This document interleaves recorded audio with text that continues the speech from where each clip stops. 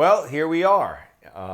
This could be the last video where we get a nice audience because the Soccer OG moves with the U.S. national team. If it does well, people will tune in. If it doesn't, then we have to fill the gaps a little bit. And, I might lose some of the audience. So this is a lot of pressure.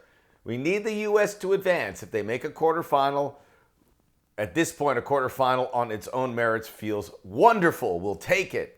But if they make a quarter or semi, I know I'm getting way ahead of myself, then the sport illuminates, this channel illuminates, and it is good times. But it can come to a crashing halt on Monday night, and the United States will take on Uruguay. There are so many interesting subplots. The tournament is firmed up. We can now pass on the news of who is advanced just about and what these quarterfinal matchups are going to look like.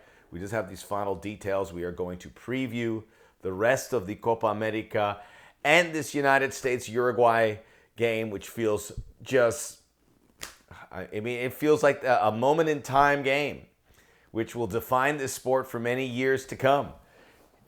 How the World Cup will do. This is it. This is the game. Anything at this point now is gravy afterwards. So we're going to approach this and get the results, and we'll get it all here on the Soccer OG. Check out the Soccer OG podcast. Check out the Soccer OG podcast, where all podcasts are available, where we bring in great guests and we talk U.S. men's national team, we talk Euros, we talk Copa America, we talk the world's game, you name it. Like and subscribe us here as well on our channel here. And we've wonderful to get all the comments. We will respond to as many as possible, so keep them coming. Before we get to the U.S. game, what has happened prior? We, of course, are keeping tabs of the CONCACAF teams. We are going to get one team in already. We'll get two. It'll be the USA or Panama. Not terrible. Could have been better.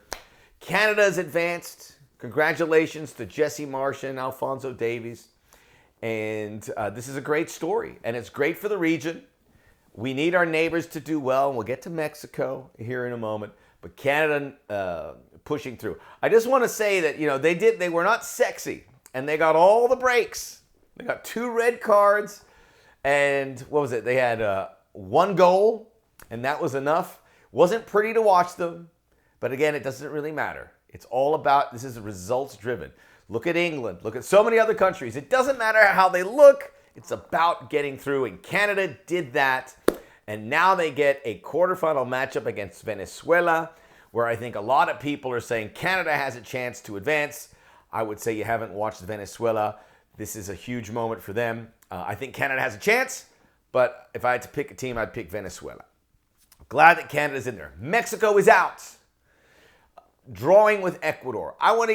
Mexico are facing a really challenging stretch here. And it's going to be hard, and they're going to have to do things to get out of their comfort zone to see if they can prop up this program. All right? We know that. And we've heard from everyone this is the worst Mexico team in many, many years. But I just want to say, watching that Ecuador game, I gained a little respect for Mexico. Mexico came after it. Almost had a penalty decision at the end. Had all the chances in the last 20 minutes. Ecuador went into a shell. And when I see what Ecuador does, because I love this Ecuadorian program, but when I see how Ecuador plays like that, and it reminds me how they wrapped up the 2022 World Cup, didn't go after it. And if you don't go after it, it's never going to end well. Ecuador does get to the quarterfinals, but I expected more from them, and I was just disappointed. Play acting, some weird faulty play, some weird officiating in that game. Mexico deserved to advance, frankly. They deserved to advance, but they didn't. So that's it. Ecuador's through. Missed opportunity. I just want to also say that game in Glendale, that atmosphere. And whatever we say about I know the folks in South America are watching, but that's the best atmosphere we have had. I mean, all due respect to what the Colombians have done, but that was, I'm watching it in my living room. I'm like, it was unbelievable. So we want more of that, right, in the Copa America? So this missed opportunity for Mexico. Think about this. The Mexican community here in the United States, if they had won that game, they would have faced Argentina and Lionel Messi on the 4th of July. in a quarterfinal game. I mean, that would have been one of the biggest games in Mexican national team history, but it didn't happen. So let's focus on the U.S. Let's focus on the U.S. Big game here against Uruguay. A lot at play. Let's talk about some of the specifics that will affect this game. Tim Weah is suspended for 2 games. We feel bad for Tim Weah. I can't imagine what his days are like, thinking about what he has done to complicate this U.S. effort.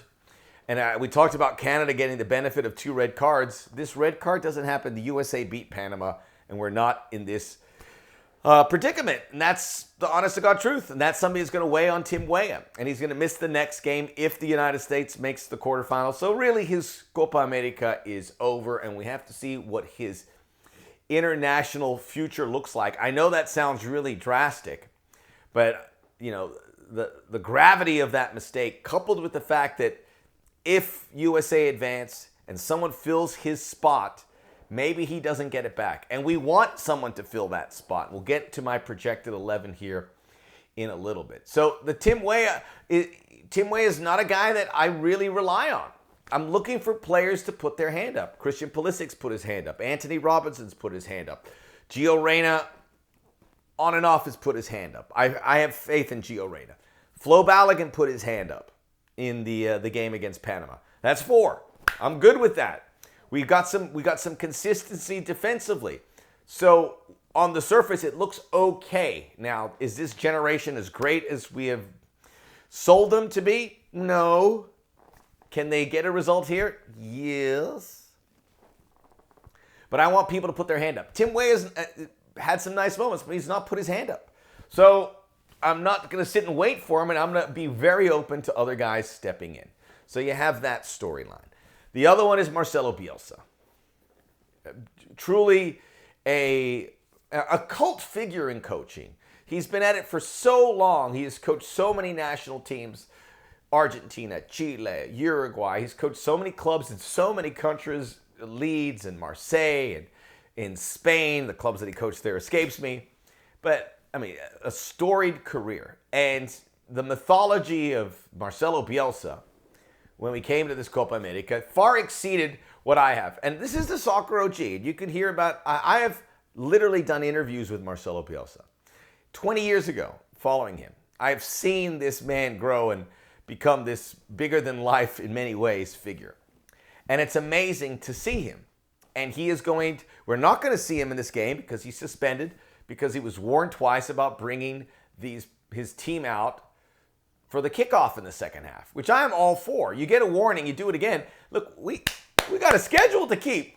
Have you seen the Euros? Do you think that carries over there? You better get out for the games. So Marcelo Bielsa is going to be suspended, which is a big factor, but he is still going to be a figure in this game from afar. And he has said he doesn't want to rest players. He wants to go for it. And that is the style of this Uruguay team. So while we sing the praises of Marcelo Bielsa, and I love it, I mean, he is a wonderful coach that I've seen it, I want everyone to take a breath here, because there's a reason they call him El Loco. And when he has these highs, he has had as many lows. He has been as inconsistent a coach as we have had. That is the truth. That is why, I mean, when you look at the honors he has had, there's not many of them. I think he won an Olympics with Argentina, maybe got to a World Cup semi, which is kind of close to the minimum for Argentina in many ways. I'm not taking anything away from him. Got leads up, flamed out. It's not, the tenure and what he's experienced is amazing, but the results are like this. And right now he has Uruguay like this. And I'm just telling you, this is happening. And hopefully it happens with the U.S. So this is an absolute wild card when you talk about Uruguay. And we'll get into how this game is. But Marcelo Bielsa is a story. He's going to coach from afar. I wonder if he's going to still go for it. And the fact that he should rest players. He's already through, and they're going to win the group. He should rest players. And Uruguay's not exceptionally deep. But I wonder if he is, because that's his way. He wants to get the most out of this team. And this team goes all out for him because they want to impress him. That's how Uruguay works. So that can be something that the United States can play in their favor. I'm going to talk about the game here a little bit. Let me show you. USA also have a decent record. It's 2-2-4. So both teams have won twice, and there's been 4 draws. They played right before the 2022 World Cup. It was a scoreless game. I remember it. U.S. held its own. This is a different Uruguay team because they've gone through that transition. It was a full A team, I believe, but they have now given the ownership of the club to this next generation of Araujo and Darwin Nunez and Fede Valverde. And these a bunch of other flyers. So it's a very good team. But I think we've also built up Uruguay to Colombia and Argentina. And I don't think they're either one of those two. Or Brazil. Very good team. I mean, Uruguay always punches above their weight for a country that size. But, some of the conversations I've had, Uruguay has been described to me like it is Argentina. They're not.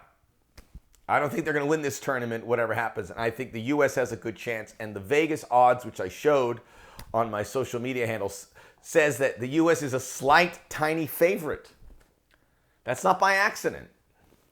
So we'll see what it looks like. Here's the 11 I have, and obviously no Tim Weah. I don't know if it's going to look like this. I mean, there's 2 big shifts here. And let's talk about the back 5. We're good. Matt Turner's training, so he's going to play, I presume. The back 4, which has to play well, Joe Scally, Richards, Ream, and Anthony Robinson. I feel good about that group. The midfield, Weston McKennie, Yunus Musa comes in for Tyler Adams, and Gio Reyna. And I'll tell you why I want that trio. And the group up front, Christian Pulisic moves to the right, Haji Wright to the left, Flo Balogun. I love that 11. I think you should too. That's a good 11, right? I mean, there's talks about Brendan Aronson and keeping Pulisic to the left because he has been very good on the left side for the U.S. in these last 4 or 5 games we have seen. So I understand doing that. But I think Haji Wright coming in. And the big question for me, the other one is bring Gio Reyna to the right at the top. Let's talk about Uruguay first. Now, this is a game, whoever scores first is going to win it. I know that sounds pretty standard. But this Uruguay team, based on Bielsa, they're going to come at you. They're going to come. We saw that against Panama. Panama absorbed a lot, and when they had a chance in the second half, Uruguay ran out of gas.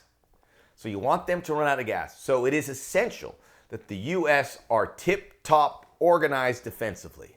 And almost to the point where they give Uruguay the ball and say, you see what you can do. I know that sounds crazy too, but you want to tire this team out. And that's why I want Yunus Musa there. And that's why I want Gio Reyna, who plays this role in the midfield for the U.S. And I want him to come deeper because when they press, he is a guy who can flick the switch and carry the ball out of the dangerous area and connect it to our attacking players.